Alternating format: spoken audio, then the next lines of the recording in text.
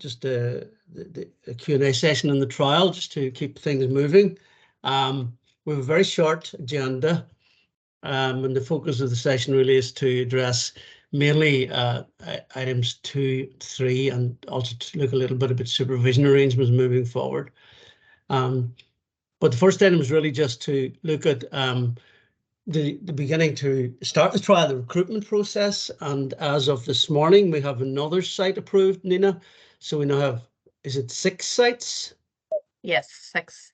Do you want to just tell us what they are, please? Yep. So in England, we have Southwest London and St. George's. We have Hertfordshire and we have Berkshire. And in Northern Ireland, we have the Northern Trust, which is the lead trust. We have the Western Trust, and we now, as of this morning, have the Southern Trust. Excellent. So we're making really good progress. That's wonderful news.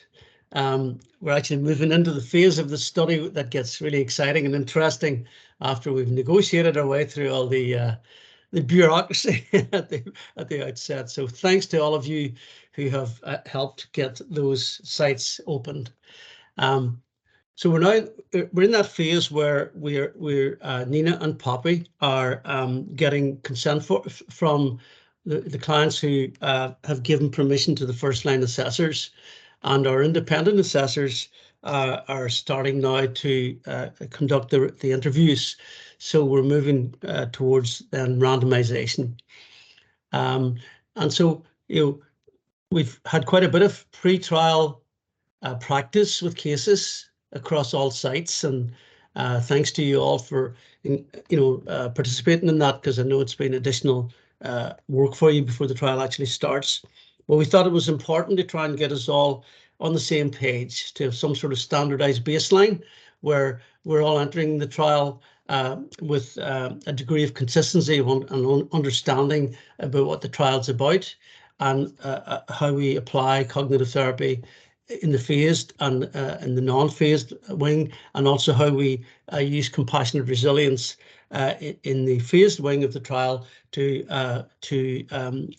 test the sort of the effects that has on outcomes, if any, at the end of the trial, and try and enhance our learning. So we want to sort of look at that today, and just to the question of the transition from the phase to trauma-focused cognitive therapy has come up in discussion. And so we thought we should try and have a little bit more clarity around that today. And is Deborah with us? I can't see her. I was in supervision this morning with the Southern Trust people, and they told me they thought Deborah had been sick earlier in the week. But there's no apologies, Nina, is there? I'm looking through the list. You're muted, Nina. Yes, sorry, I'm just doing a wee double check now, Michael, but I don't think I have received one. I'll just do a search in case something came through this morning, just.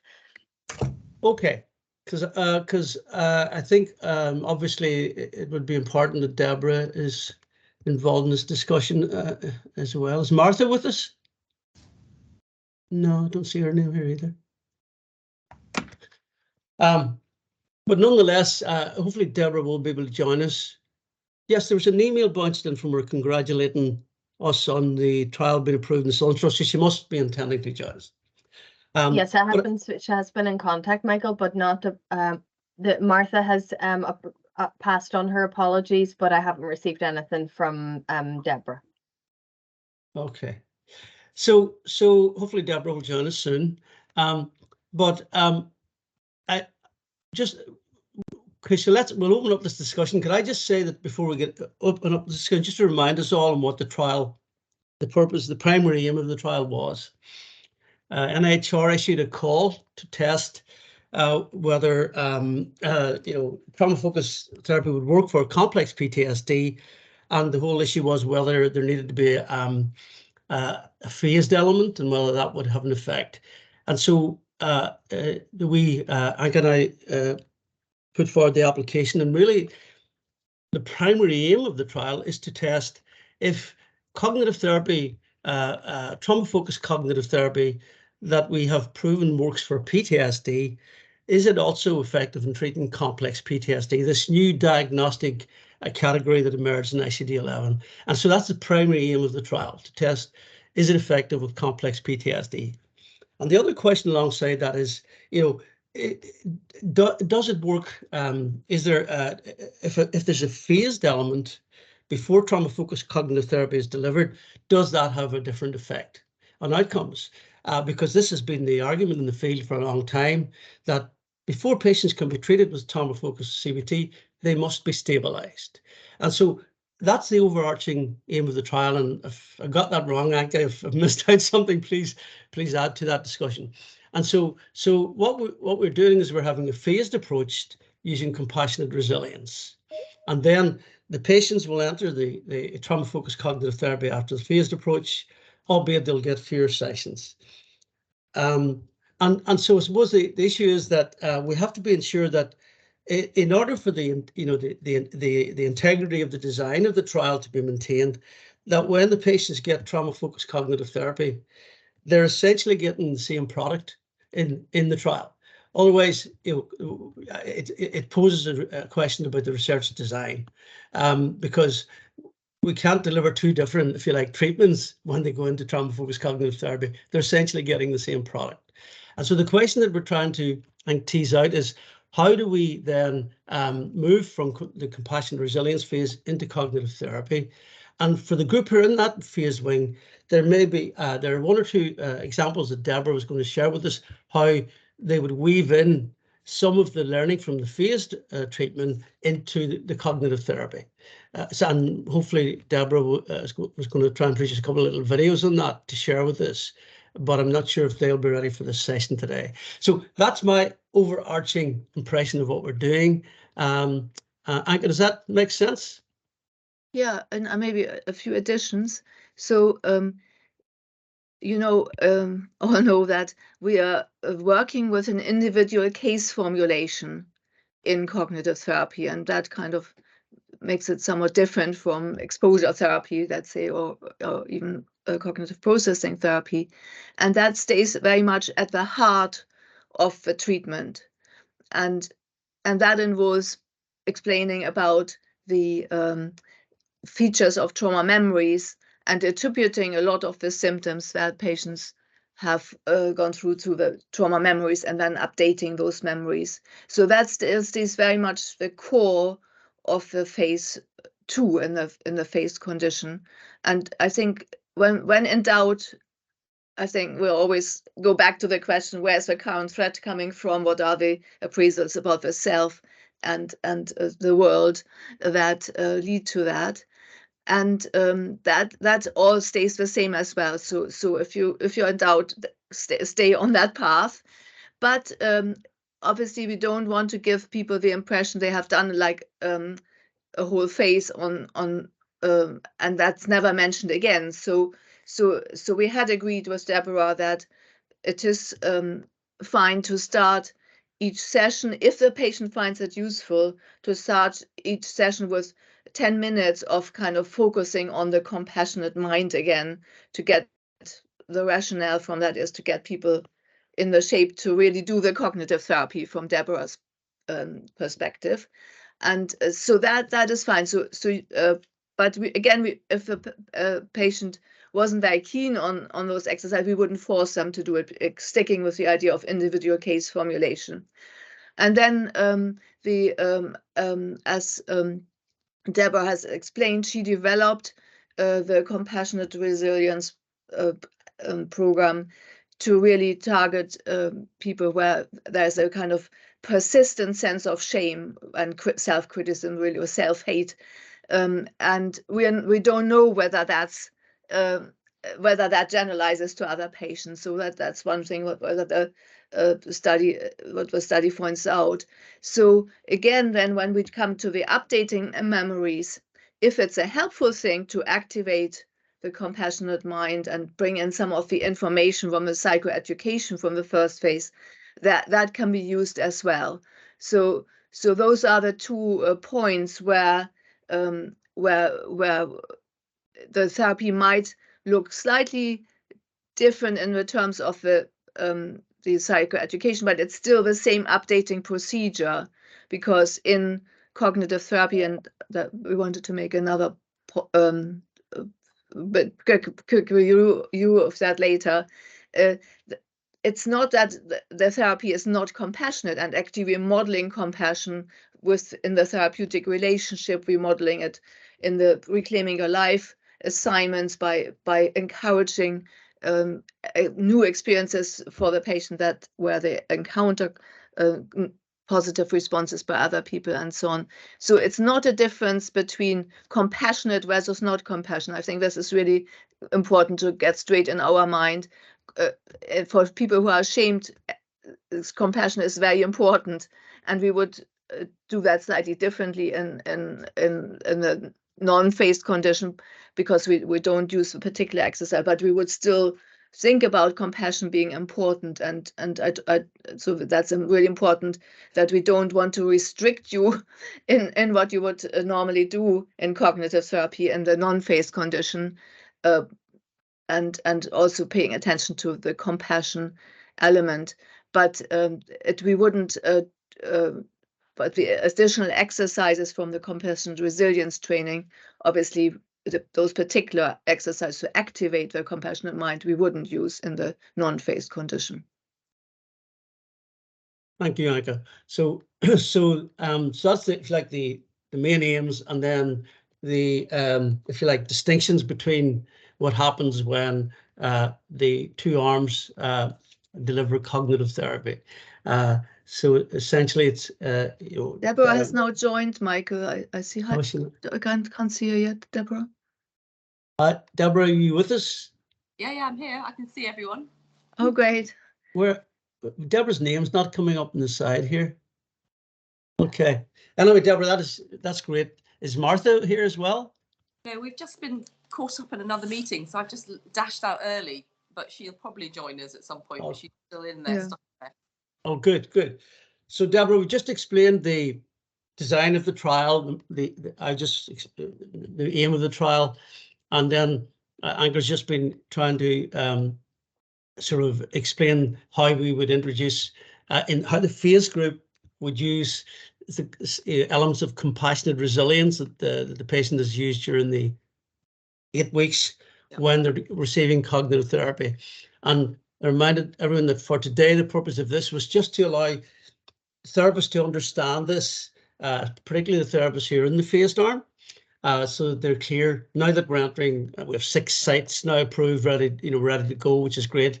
Now that we're about to enter the trial, these things take on, real sort of, they need to be clear with the detail.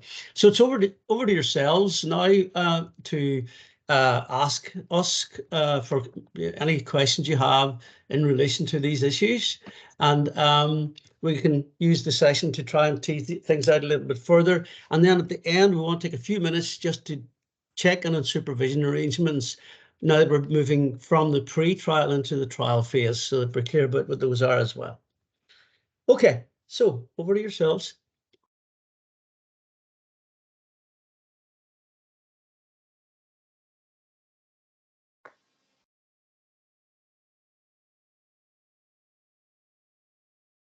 I had mentioned, Deborah, that we maybe going to try and produce a couple of video vignettes, but obviously there wouldn't have been time to get that done for today.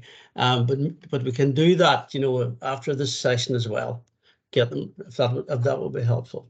I mean, I've actually made some videos, but they need to be edited, so I'm just relying on the editor just to cut down a couple of examples. And also, there've been some lovely examples in our trial supervision pilot phase, and I don't know, I wonder whether the therapists might be really courageous and share some of the clips, with others, because actually it was really a couple of them I can think of that were really quite helpful.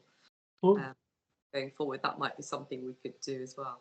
I know that sounds terrifying, but well, not to me, but possibly to all the trial therapists. I've just seen a few people opting out of the session, Deborah. I've just seen names shutting down all over the place here. How to win friends and influence people.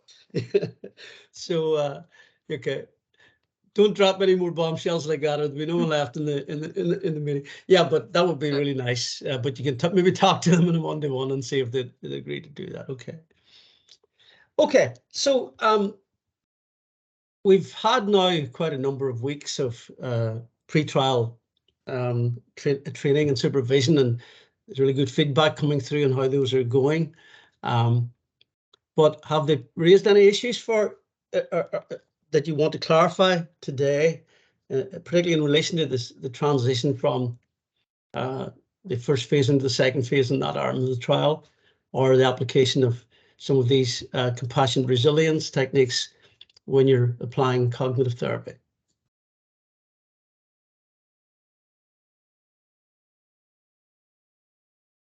Oh, the supervision must have been so good, and all the questions have been answered. That's exceptional. Write that up.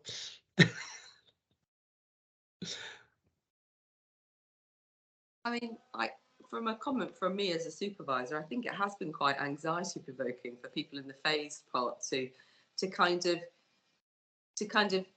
do it seamlessly a little bit. It's not like, you know, one way stop, next way. You know what I mean?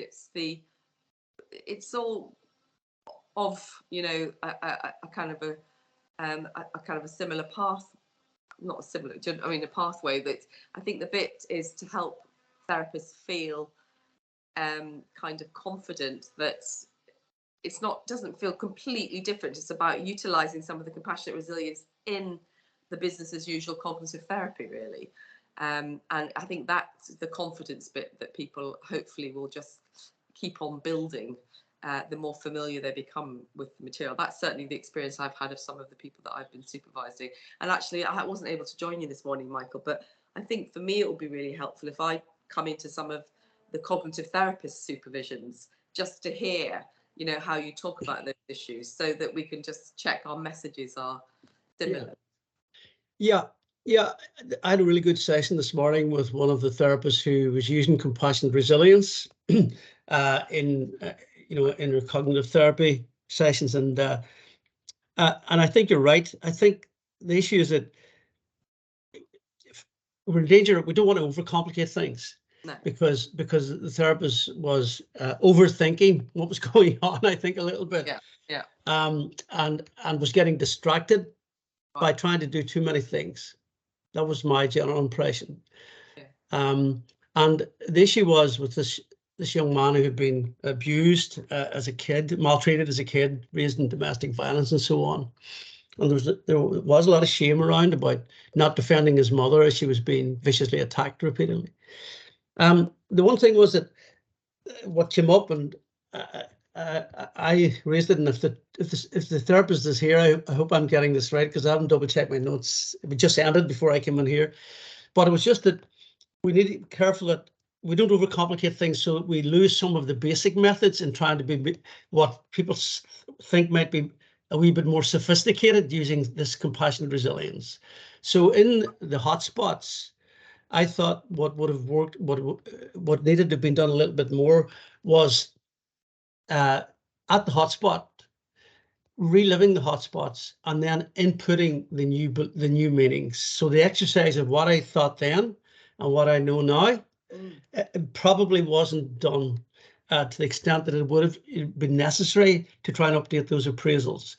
And then the imagery work, where using the technique of bringing in the compassionate friend to try and deal with some specific hotspots that were not shifting. I think maybe the flow would have been a little bit better in that way. So it was a good discussion, and I think it was just. But to me, the general theme is that we don't, the people in the phase wing don't think that it gets overcomplicated, so that that the techniques get, if you like, muddled a little bit. So it's a good point, Deborah. Yeah. And actually, I think, we're on. That's a good example, because we're on the same page with that. What did I know then, and what do I know now? Is that prep work is absolutely essential. And what I know now might be influenced by my compassionate mind, for instance. But let's not forget the absolute fundamental basics here. Yeah, and I think the more that we can instill the confidence in the therapist to not overcomplicate things, but just to kind of segue it a little bit for a bit smoother, that I think that will really help everybody. and those sorts of examples, Michael, you know, we just need to kind of note, don't we, and be consistent in those messages we give to people. Yeah, and so I think the key point that Anke made earlier about, you know, that the formulation will guide us with each case in the trial is crucial. So that it will be, when it will be helpful, that we will use, just as we would do within cognitive therapy. We don't have a, as you all know, we don't have a fixed session by session manual, because the formulation informs us about what we do and when we do it. So too, when we use compassionate resilience techniques, or when we don't, then that will be informed by the formulation. And I think that's, you know, the importance of supervision will allow the therapist in the trial to seek guidance throughout the trial. And so your drop-in clinic as well, so people can check in on, will be very helpful. Yeah. But that was just one example we had this morning. So it was fresh in my mind from supervision. If there are other issues, examples that would be helpful for us to learn, now's the time to share it.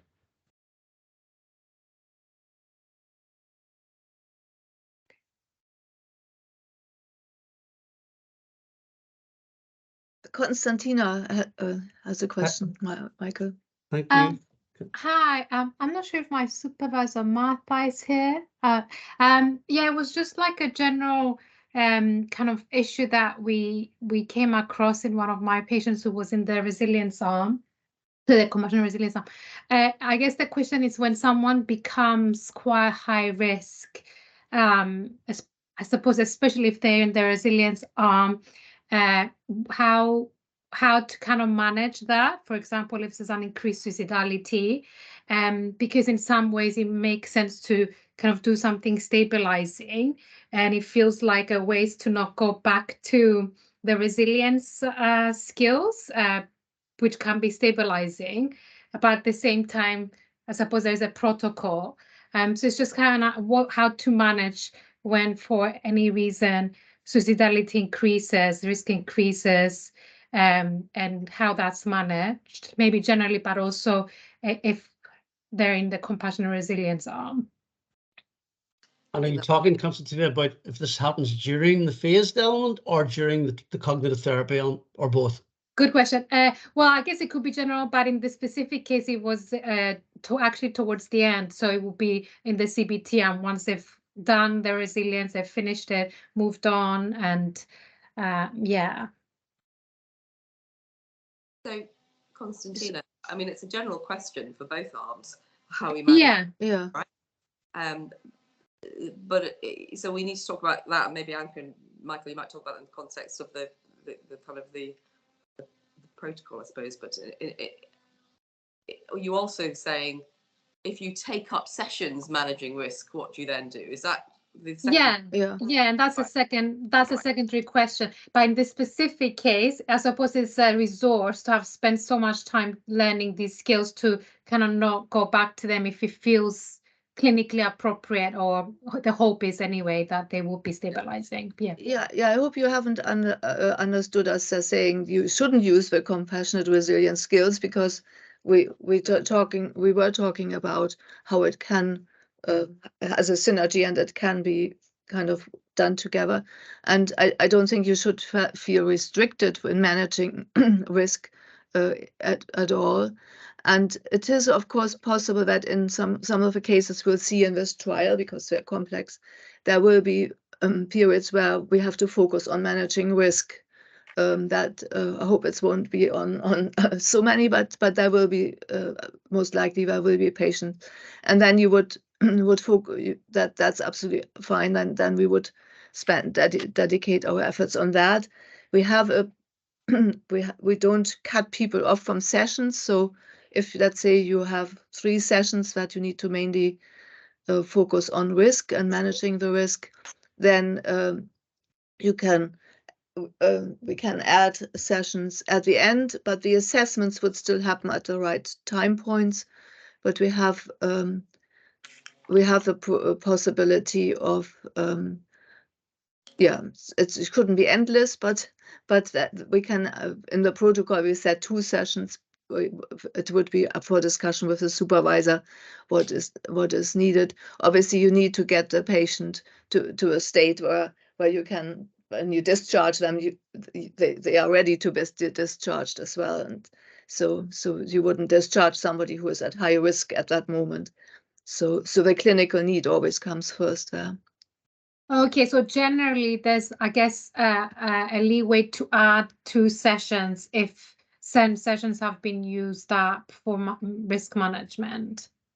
Yes, yeah. So or let that, it could be other reasons like a bereavement, and the person is just kind of so that the life events happen and risk fluctuates, and the clinical need goes first, but obviously we also want to, if possible, go back to the trauma work, because we know that can get people much better. So best to discuss in individual cases with the supervisors. But the general message is the trial won't stop you from doing the things that are clinically needed. So that's always the priority, and we can cope with it by adding a few extra sessions at the end. So 2 is in the protocol, but let's say you needed 3. We wouldn't stop you from that, but it's just that the assessments need to happen at the right time points. That's all, and even that might not be possible when the person is actively suicidal. Let's say you wouldn't then bother them with a long pack of questionnaires. So it's kind of we use the clinical judgment what's appropriate in those cases. I think also, Konstantina, it's really important that we would record that in the weekly therapy sheets, the summary sheets. So at the end of the trial, across all these patients, we will have an indication if there were, other sort of factors that had an impact on your ability to treat that patient. So 3 sessions, 9, 10, 11, you're addressing suicidal ideation or whatever it was. We need to sort of have that. I think all these patients will complex PTSD, but they will have quite challenging circumstances in their lives. It's part of our clinical practice. We're well used dealing with these things, and as Anka says, we will continue to address clinical needs. Patient this morning, big issue about not complex PTSD, but with the therapist, suddenly his big breakdown in the marriage, and the wife's been aggressive towards him, and he's had a history of domestic violence as a child. But she was able to connect that into how he's appraising this breakdown via the trauma lens of a CPTSD. So all the negative beliefs he had about himself, being unable to have healthy relationships, this seems to have affirmed them. So, you weave that into the therapy as part of how the trauma memory has influenced how he's appraising the situation. And so very effectively, she's sort of dealing with that as part of the therapy. And within the trial, that would be wonderful to see how that's all panning out, because it's doing really, really well.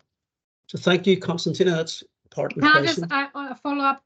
No, I didn't understand that we're not allowed to bring in CRT in the CPT, but I suppose more specifically, my question about the CRT is those 2 sessions, for example, the extra sessions, can they be CRT heavy, or would that be quite, does that make sense? Because that would essentially mean they've potentially might have had 2 extra sessions of compassionate resilience.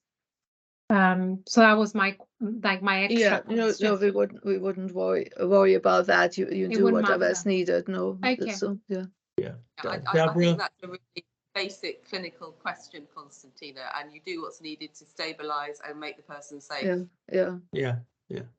Absolutely.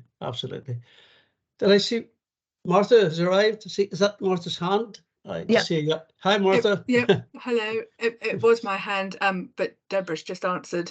What I was going to say. Okay. And I guess it's really helpful just to have that clarity, because I guess, as we know, sort of phases aren't always linear, although actually, we're presenting them, I guess, as more linear in the trial. So I think it's helpful for people to be able to use that clinical judgment, and actually if they need to sort of go back and spend a session maybe really focusing on the compassion resilience work and then continuing with the CT work, it's helpful that people know that they have that flexibility.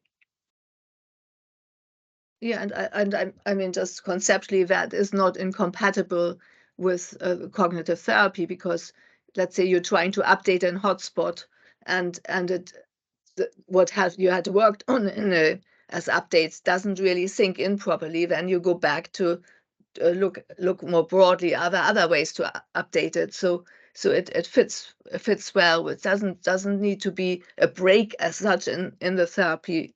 It still follows the formulation. So I think it is. I hear here what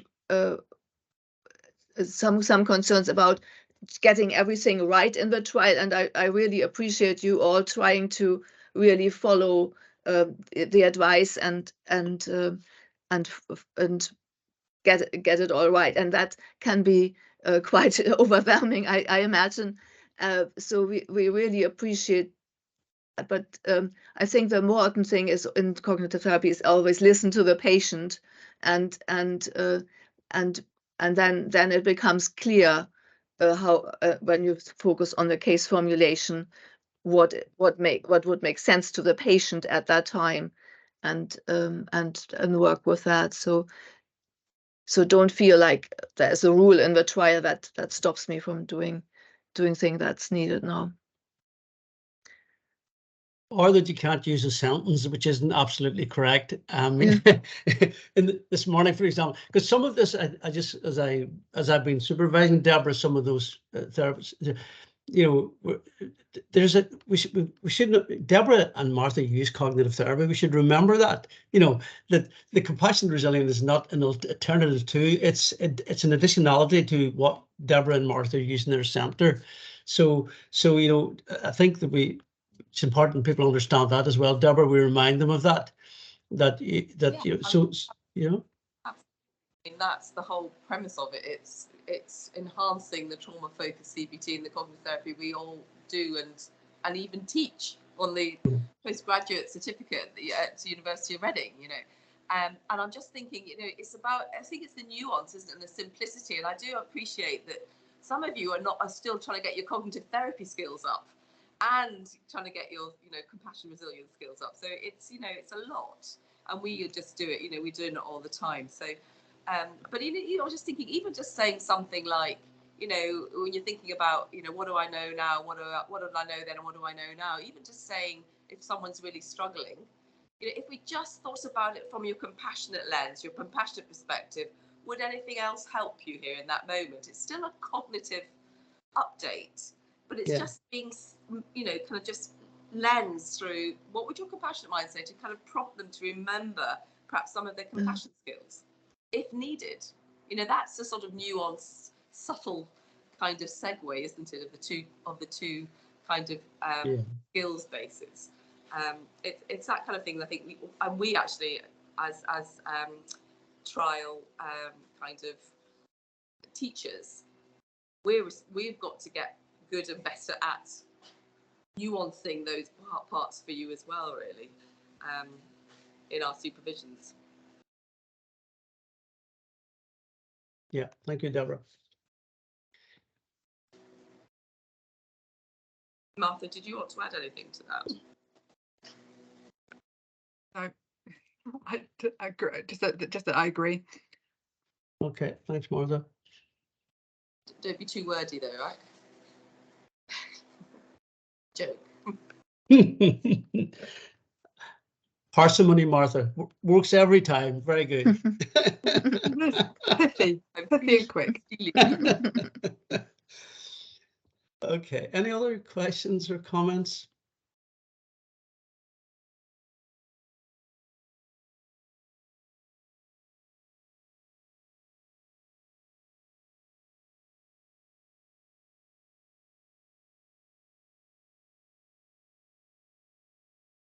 Okay.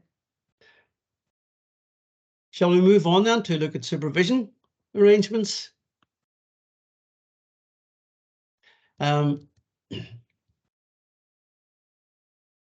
So again, I want to thank you all for committing so much time to pre-trial supervision.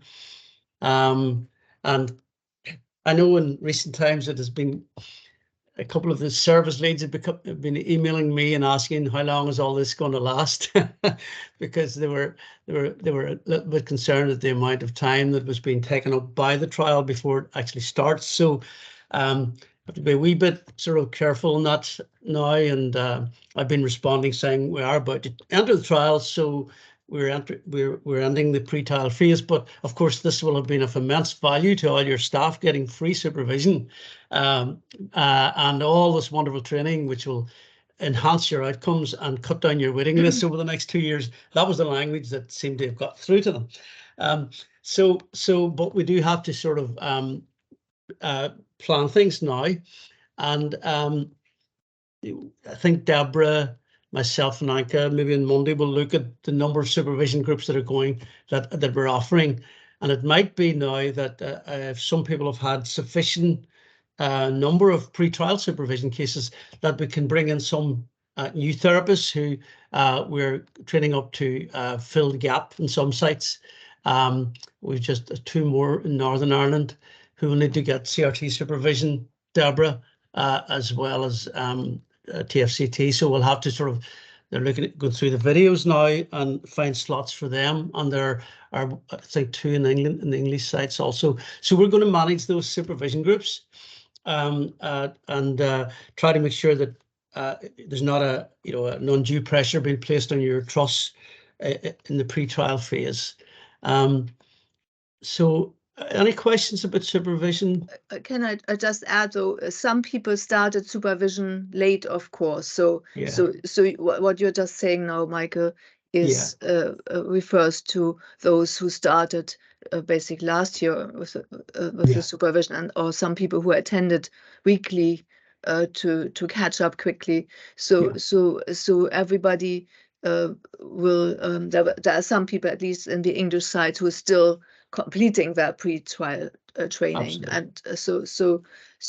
And so it will again be on an individual basis. That but overall, there's the first cohort of therapists has attending, and thanks very much for me as well for attending so many sessions. So we will get so Nina and Poppy will look at all the sites and the number of therapists we have and the pairing and so on that we've been working on, and we'll look at the sort of number of supervision sessions that people have had. So thanks for clarifying that, Anka. Of course, there will be people who still need to continue with pre-trial supervision, but we're now in 6 sites about to enter the trial. So we'll be moving towards the sort of formal trial supervision very soon, this is when the study gets really interesting and exciting in this next phase. Is that okay? Is that clear enough? Well, that was about the supervision with Martha and Deborah, as we're trying to also open up the supervision to some new therapists or others that are training in both conditions, that the attending, I think, Deborah, your requirement was that in the first 8 sessions, that you would like people to attend every other week, so that you have a good input into the first 8 sessions. But then afterwards, let's say if a therapist has 2 patients starting at around the same time, there will of course be then a phase of 16 more sessions where they actually don't need that intense supervision with Martha and Deborah, and the idea was that there would be drop-in slots at least with Deborah, I don't know, with Martha, so that if you have then particular questions about like how to bring in the compassion or something, then you don't have to come to the every other week, but you could just come when you need it and just need to attend the cognitive therapy supervision during that time. Yeah. So that would free up some time for those in the phase condition who sometimes had now very long sessions of supervision, isn't it? Like with Michael followed by Deborah or something. So obviously that's not sustainable over a long period of time. We appreciate that. Yeah. So we're going to carry on in the hope that they would continue to drop in. they could do every 2 weeks if they wanted, or once a month, because the slots will be there for the drop-ins. Yeah. So you all feel supported in that. And I suppose ultimately, Michael, you know, we can always drop into yours as well. Yeah, I think it's about, absolutely, it's about trying to ensure that the trial, absolutely, we've got to manage the trial, and we've got to make sure that the therapists are supported, but we also got to, you know, ensure that the trust service managers know that we're not eating unduly into the staff time beyond what we asked them to commit to. So yeah, I think we mentioned that at the last meeting with all the site leads about after the first phase, how we would, you know, so that we require, if you like, the requirement for fortnightly supervision with Deborah and Martha during the phased period. And then there would be a requirement for fortnightly supervision when they move initially, when they move into the cognitive therapy phase, certainly for those initial number of sessions. But that, you know, in the protocol, we've only stipulated a minimum of monthly supervision. So we will sort of on a site by site sort of see if we can keep it going fortnightly. That'd be wonderful. When they're in the cognitive therapy arm of the second phase of the trial, but that they would continue, as Anke pointed out, that Deborah would make availability for clinics to drop in for those who, at least monthly, for those who want to avail of that. So we'll provide that resource, and we'll provide the resource for fortnightly supervision when they are in the cognitive therapy phase, and hopefully that will work for throughout the trial. And could I encourage people to use the drop-ins in the phase, because that's going to be the bit, the phased, you know, clinicians are going to be probably most challenged with in that way to get that part right for you. And also that we said, Michael, didn't we, and Anke, that, you know, you don't have to come to the two, if it's a drop-in, you know, that doesn't mean say you have to sit there for 2 hours. You might just need just 20 minutes to get back on track on something. Yeah. So that's how we want to. We just want to be available for you, really, so you're not feeling sort of left adrift. Really. And of course, the supervisors are there as a resource to sort of to link in, and indeed supervisors can avail of the drop-in clinics if they want as well to sort of. So yeah, we're trying to be as flexible as we can, but within the parameters of the trial that we've explained to the trusts when we got them all, got their R&D approval. So we, you know, that we have to sort of adhere to that as well. Let's see, is that Jennifer? Jennifer, you got a question? Yeah, I just want to clarify that so I have it right in my head. So in the phased arms, the compassionate resilient attend every other week with Deborah or Martha, and then you can do a drop-in when you're out of the first phase, when you're into the second phase. Is it the same way around then? So when you're in that compassionate resilience, you might use the more cognitive therapy as a drop-in, and then go every other week once you're in the cognitive therapy phase? Yeah, because I suppose even in that first 8 weeks, it's a lot of supervision if you're not doing cognitive therapy at the time. I think that makes sense. That would absolutely be fine. And I guess it would be good if the cognitive therapy supervisor has heard about the patient then before they come to the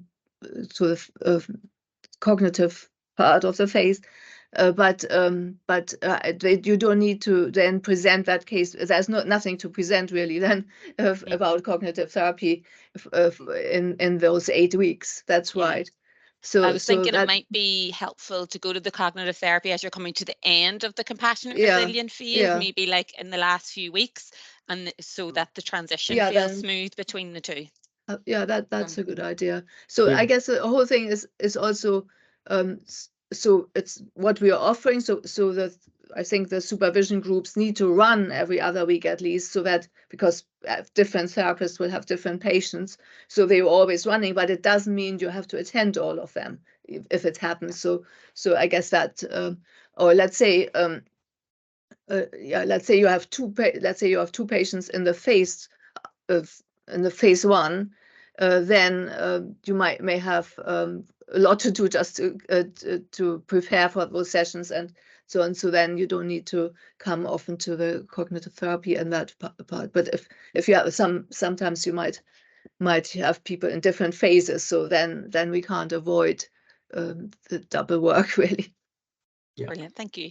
Yeah, Jen, just the only thing I was going to clarify with that, and I hope I am on the right clarification, that so every other week in the compassionate resilience cognitive therapy phase, at least once a month we said, but it will be available every 2 weeks as a drop-in. That's what we said, the drop-in is available, but we'd like you to attend once a month throughout the phase, but it will be available more frequently if you need it. That's what we said, Michael, isn't it? That's not how I understood it. I don't think they. No. Let's say people are not. So let's say it's a patient that doesn't need a lot of compassionate resilience. Then there is no point in bringing that patient. I think it would be mainly that's why we thought the drop-in was here, because then it could be done as needed. So there is no requirement from our part, at least I thought, the 16 sessions. If the cognitive therapy supervisor could obviously also help with small things. So I think it would be another time commitment for the therapist that probably would be too strict to impose as a rule. So if as needed, basically, I would say. Yeah. Right. So it's not a rule, but it's fair. Yeah. Yeah, it's not written into the protocol as time required for the so we just drop-in will allow us to get over that hurdle as well. And the local supervisors, of course, will be able to negotiate this. You know, I think your point, Jen, is really important as the therapists are coming, especially week 6 or whatever. In the phase group, that you're linking in with the supervisor to prepare for the transition, and that they're acquainted with the case, so that they can move seamlessly in then to the second phase of that arm of the trial. It's really important. Yeah, we note that. Okay, thank you. Any other questions or comments? Deborah? I just wanted to highlight that a couple of my supervisees, they're really struggling to get this approval to do the recordings. I don't know if they're online. I'm meeting them hopefully at 12, but just to flag it, their trusts aren't necessarily giving the approvals for the recordings of sessions yet. So hopefully that's being fed back to you and Anka and Michael. I am not aware of that, so it would be good to know which trusts. Hazel and Colette, who's in our group. That's the Southern Trust. Yeah. Oh no, sorry, the Southeastern Trust and Western Trust. The Western Trust. Oh, Colette. So it's Colette and Hazel. Yeah. No, that's the Southeastern Trust. Michael, I'm on that in Southeastern Trust. Yeah. I'm working that out with information governance. I expect it'll be fine, but I just need it confirmed. That's all. Yeah. And it's the same with the Western Trust as well. Michael, has been worked out. Yeah. With very good. Yeah. It's in progress, so I don't think there's going to be any difficulty. It's a process. Yeah. I anticipated that the problem-solving skills of Alison and Rachel would sort that out, so I wasn't worried about it, Deborah, but thanks for bringing it. Thanks. That's great. Yeah. I just say that, I mean, generally this is fine, and we will work out a bit more detail. There's some cases that come through, but people who are in security forces here, for example, and so we will have sort of a fallback position about audio recording or whatever in some cases, so that people don't feel vulnerable. But in the main, this is now it's making good progress with video recording. Thank you. Any other questions?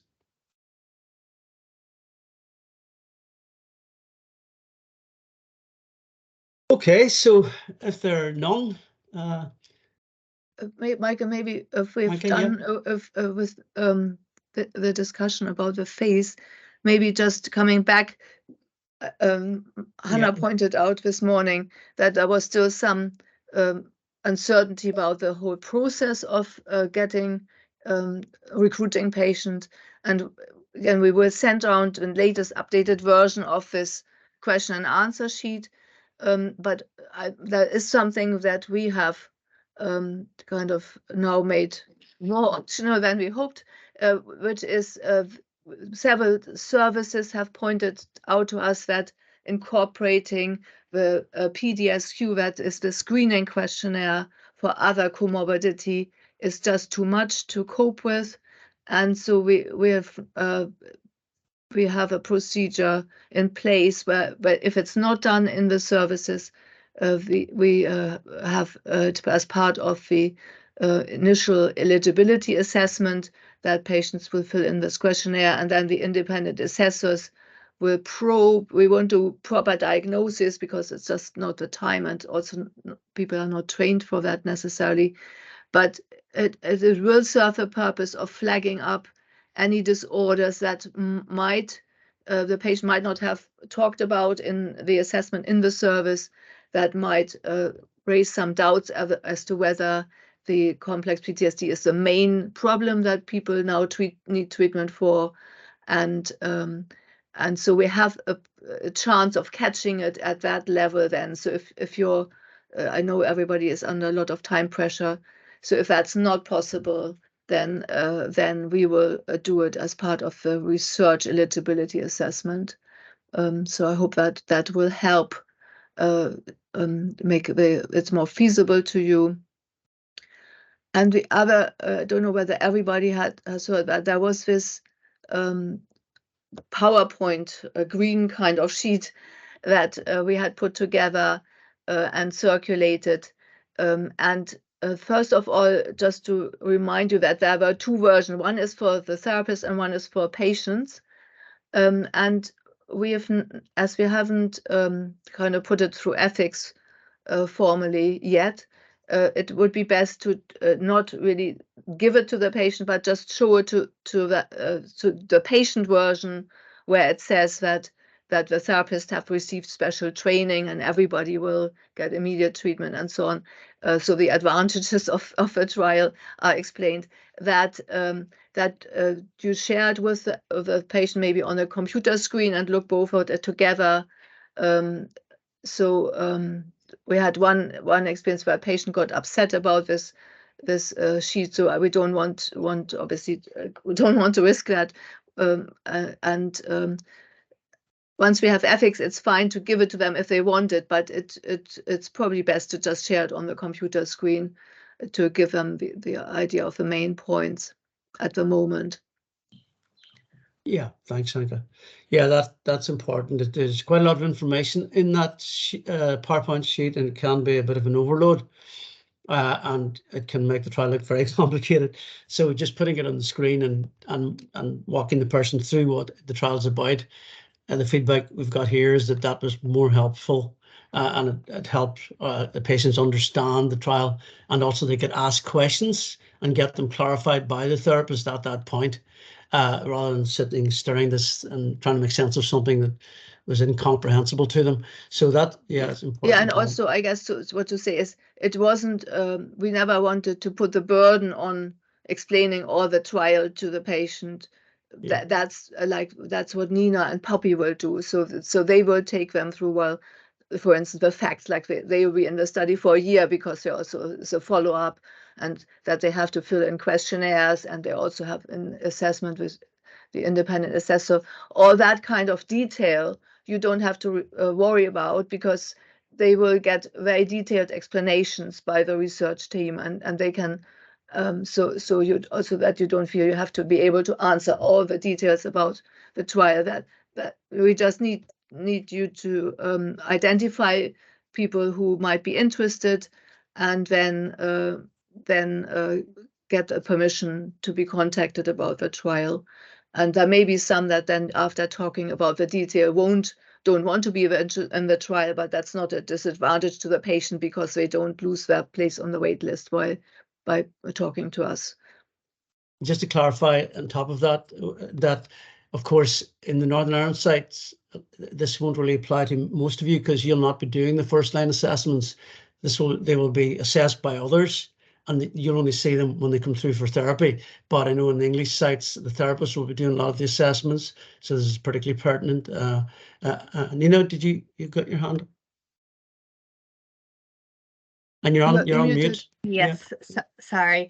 Yes, I suppose, Michael, my point was just what we had chatted about earlier in the week, that some of the first participants that we've made contact with have almost been a wee bit taken aback because they haven't heard my name and they were a wee bit shocked in terms of Queen's University. So it was really just to highlight, I suppose, if we could, you know, make sure to say Poppy's name and her affiliation with Oxford University and mine with Queen's, just so that it rings a bell more with the person whenever we do make first contact.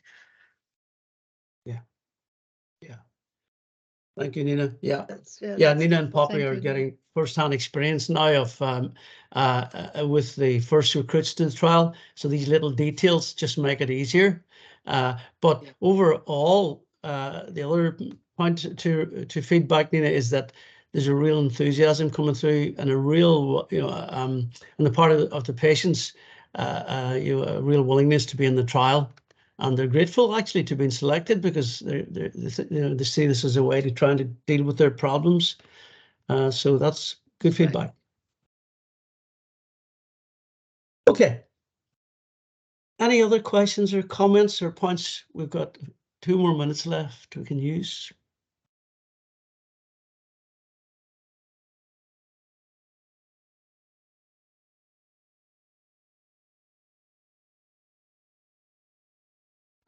My days of psychodynamic practice are behind me, so I can't tolerate long silences, guys. And so, okay. Well, listen, thanks for all turning up today and taking probably your lunch, part of your lunch break to be with us. But so we'll keep you all posted as the other 4 sites roll out R&D approval. We'll let you all know. And we'll see you again at the next meeting. Yeah, thanks. Have a good day. Have a good day. Thank Thank you for coming. Thanks. Bye. Bye. Bye.